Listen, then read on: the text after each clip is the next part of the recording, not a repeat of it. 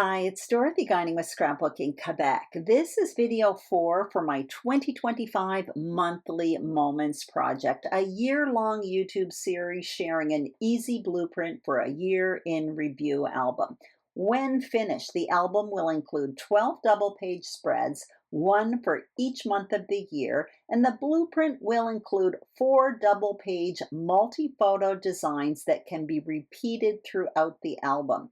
I'm hoping the limited design choice will make the project simple and doable while at the same time offer a bit of variety. This will keep the album from being too repetitive, and there will be options for photos in different numbers, sizes, and orientations. So here's the first page design I created on YouTube. Design 1, a 12 photo layout that accommodates photos in 2 orientations, landscape and portrait. Last month, I created Design 2, a design for mostly square photos. And in this video, I'll be sharing Design 3. So my page has portrait and landscape style photos. However, I will show how this design can accommodate photos all in the same direction. For material, I'm using the Simple Stories for the Record collection along with Stash. And all videos in this series, including the kit share and intro, are listed and linked below. Next January, my plan is to do an album flip through. So let's get started. Here's what's on my desk, and you can see I have the cover sheet to this Simple Stories for the Record collection. Again, this is mainly what I'm using for this year in review album. However, I did mix in a bit of Stash, and that's in that intro video that's listed and linked below. I have matted 12 photos in advance, so 3 of them are 3.5 by 5, and the other 9 are all wallet size photos. That's what I'm showing you right there. And in addition to that, I did select my pattern paper. I selected it because I wanted something green. In a few moments, I'll show you a sticker sheet with all my titles, and the month of March has a green title, and for that reason, I wanted green paper. I'm also using this striped paper. I was kind of hoarding it because on the flip side, there's a nice cut apart sheet, but I decided to cut into it anyway. I have that navy cardstock from American Crafts. That's from my stash.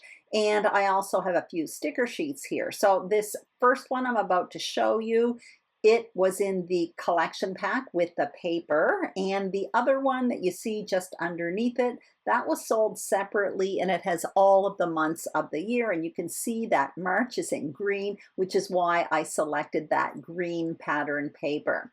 Now my foundation page is going to look a bit strange because what I did was I took 2 pieces of paper that I didn't mind covering up, and I pieced some Simple Stories warm white cardstock on top of it. I'm pointing to the top and bottom on the right page, and you can see the top half of the left page is covered in that white warm cardstock.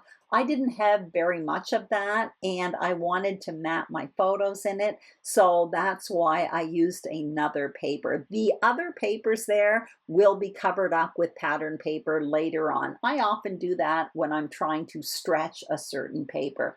I'm showing you a handful of embellishments. I'll get into that later on when I embellish my page, but what I want to do right now is start cutting up a bunch of paper for my foundation page. So I'm not going to talk a lot here. What you're going to see is when I place them on the page, I will put the measurements on the screen, so it will make more sense then. Anyway, again, just cutting up a bunch of paper here, and you can see I have them divided into piles for the left page and the right page. Now I'm going to place them on the pages just to let you know how I plan to go ahead with this. On the left page, I'm creating a wide border at the bottom, and that's where those 3 larger photos that measure 3.5 by 5 are going to be placed. On the right-hand page, what I'm going to do is create a big block that has 9 wallet-size photos. So the big block that accommodates the photos is going to be that navy cardstock, and at the top and at the bottom, I'm going to have 2 narrow borders made with pattern papers, two different pattern papers, and that you can see I placed them at the top and the bottom, and now I'm placing my photos. I do play around a bit with the order of the photos later on, but I just wanted to give you an idea how I plan to move ahead with this. What I'm going to do right now is immediately adhere all of these page parts to the foundation page. I'm starting on the right page and I'm going to adhere these striped borders directly on the foundation page. That's because I want the distance between the striped border and the edge of the page to be equal at the top and at the bottom. And basically I'm doing it at 3/4 of an inch from the top and bottom of the page.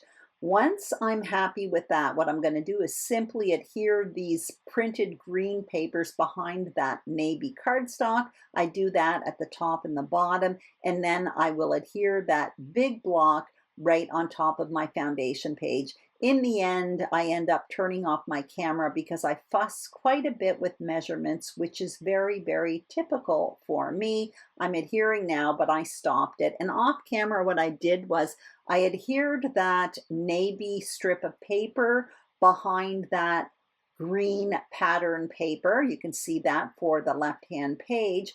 But what I also want to do here as well is I want to bring in a piece of ledger paper that I had punched out with a border maker system from Creative Memories. I did this for the very first video, actually. I punched it out with a notebook border cartridge.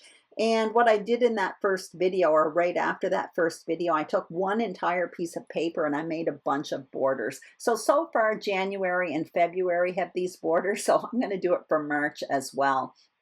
I'm adhering that directly behind that navy strip of paper, and then what I'm going to do is adhere that striped paper directly on the foundation page, just like I did on the right-hand page, for the very same reason. Basically, I want the distance between the border and the top of the page to be equal all across there. So that's why I decided to do that. And if I have a little bit of margin of error, I would do it with that chunk at the bottom of the page. It will be covered up with embellishments and stuff like that.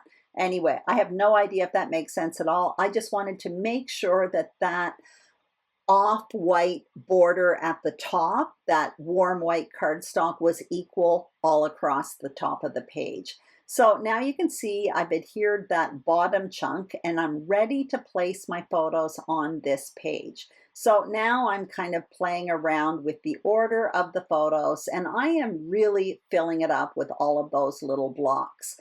Also, what I want to do is add some mats underneath the photos on the left-hand page. So I'm going to do that off camera. I'm going to add that very same navy cardstock behind those 3 photos. What I want to do first, however, is give you an idea how you can flip these pages around. Here is how you can use this design if you have photos that are all in the same orientation. Here they are all, landscape oriented photos. I flipped it again. Here they are all portrait style photos. So already in this series, the first video I showed you a design where you have photos that accommodate both orientations, landscape and portrait. The second video, they were mostly square photos. And in today's video, even though I have photos in 2 orientations, you do have the option with this design to use it for photos that are all either portrait oriented or landscape oriented. Now what you see me doing is just playing around with the grid. I want to know basically where to adhere it. So I have to play around with it a bit because I want the distance on the left to be equal to the distance on the right. The same thing at the top and the bottom of the page. So it was just a little bit of trial and error. I had to play around with it a bit. And once I was happy with it, I went ahead and started adhering. I'm not going to make you watch all of that because it was a lot of fussing with my ruler. And now I've moved ahead to the left-hand page. When I adhere a row of 3 photos like this, typically I do what you see me doing right now, which is adhere 1 photo on one end, then I jump to the extreme other end And once I'm happy with that placement, then I kind of eyeball the position of the middle photo between the two. That basically works for me. So that's what you see me doing right now. And now I am ready to talk about embellishing. First of all, I want to tell you that on the right-hand page, I have 9 photos, but if you have fewer photos, you can fill in these blocks with embellishments, within journaling. You do not need 9 photos. Now I'm showing you that I have some ephemera packs. So in the intro video, I showed you this. I had basically dumped my ephemera packs in these empty stamp boxes from Stampin' Up. I'm showing you both of the empty stamp boxes right now. What I did for this project was I basically narrowed down my choice. So in this little tray here, I have a selection of ephemera pieces. In addition to that, I have a bunch of tags from a cut apart sheet that was in the collection pack. I've used quite a bit of them already, but I'm going to use some more today for this page. In addition to that, I'm going to show you that I did do some die cutting. I cut out a few circles. I used nesting circle dies from Stampin' Up. They're called Spotlight on Nature. That's what I'm showing you right now. They're basically nesting circle dies, but there's an embossed edging around them. I cut those out because I want to basically use them for bases for my embellishment clusters. In addition to that, I have some small bits and pieces here. I'm going to show you I have some enamel dots. I also have some self-adhesive brads and a little bit of chipboard there.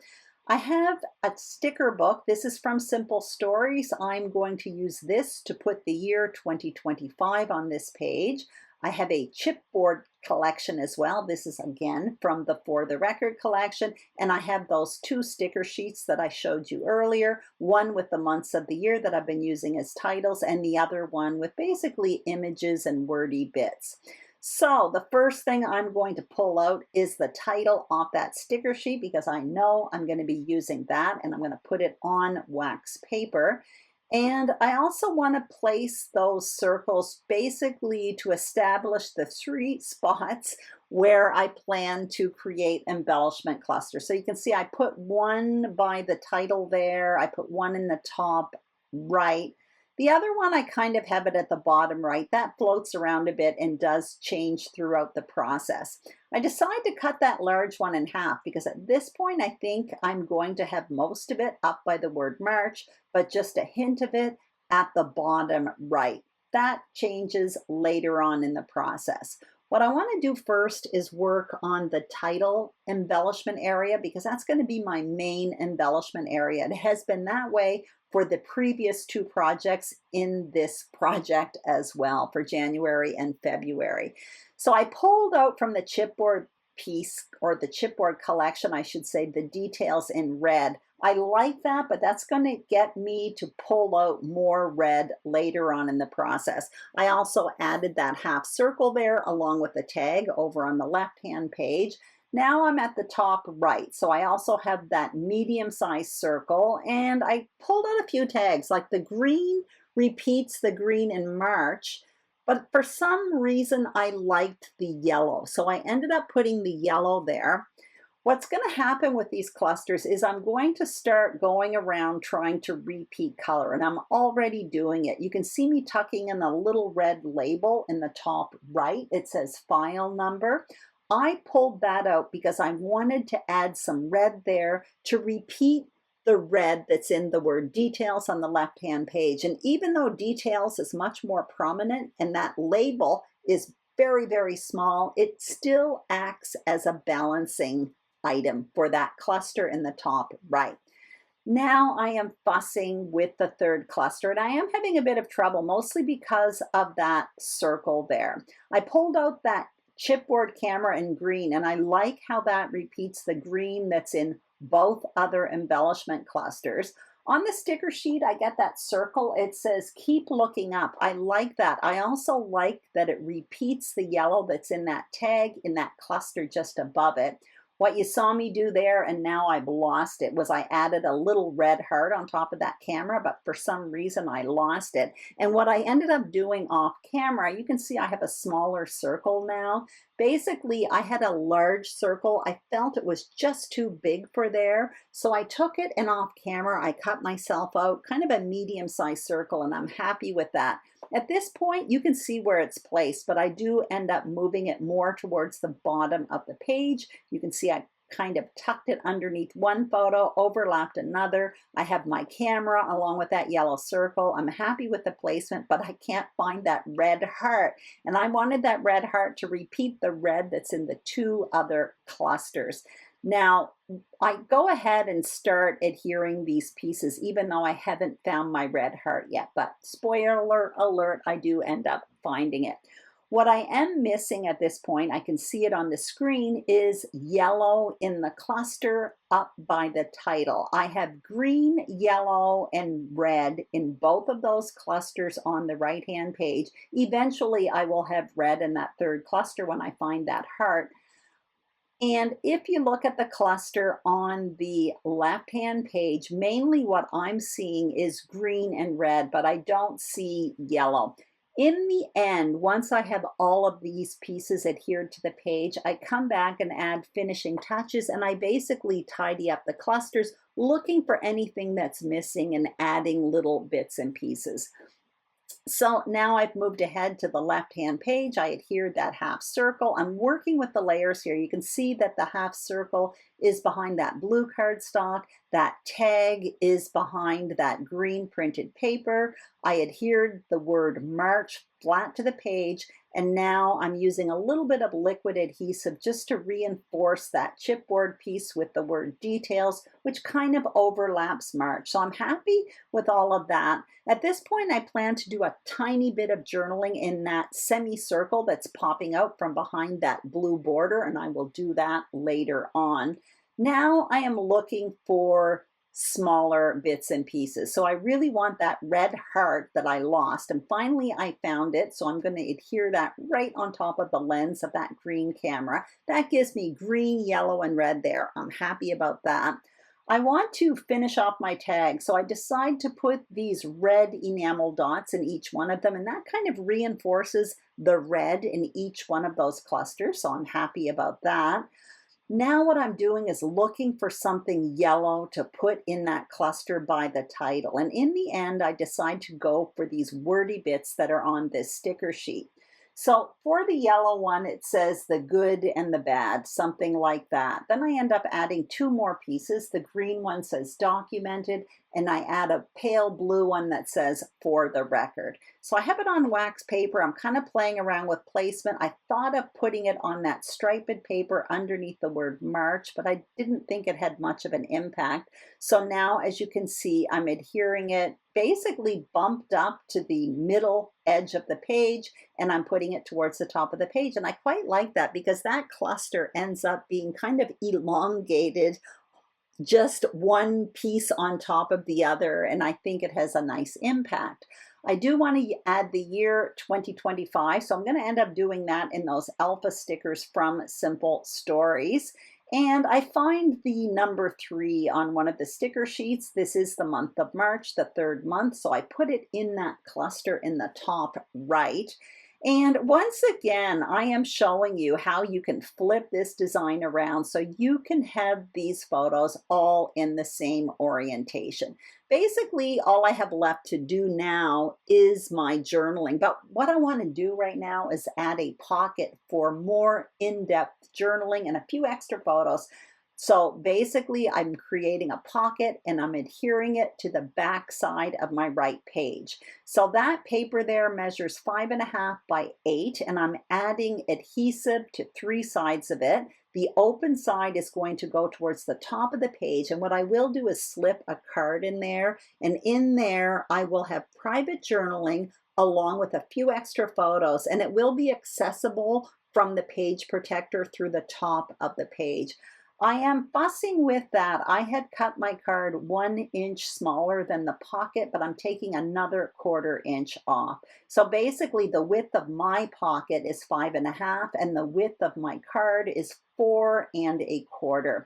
What I'm adding to that is a little tab that has the month March written on it, and that was on that very same title sheet that I got my title from that says March as well. So I stuck that to the top of the card. I reinforced it with a little bit of that score tape as well because it is an interactive element. But basically, that's it. March 2025 is documented and ready for my album. All I did off camera was add a bit of journaling on that left-hand page, and I will add some more in-depth journaling and a few more photos on that card that is behind the right-hand page. I hope you enjoyed this video. If you did, I'd greatly appreciate a thumbs up. If you haven't subscribed to my YouTube channel, Scrapbooking Quebec, I would be thrilled if you did. And if you are a subscriber, thank you very, very much. The next video in this series will be the last, so the fourth of 4-page designs for this series. And right now you have 3 designs to play with photos in different sizes and orientations. And again, the next video, I'm not quite sure when it will be, will have something else to offer. Thank you so much for watching. Have a great day, and I will see you soon on YouTube. Bye-bye.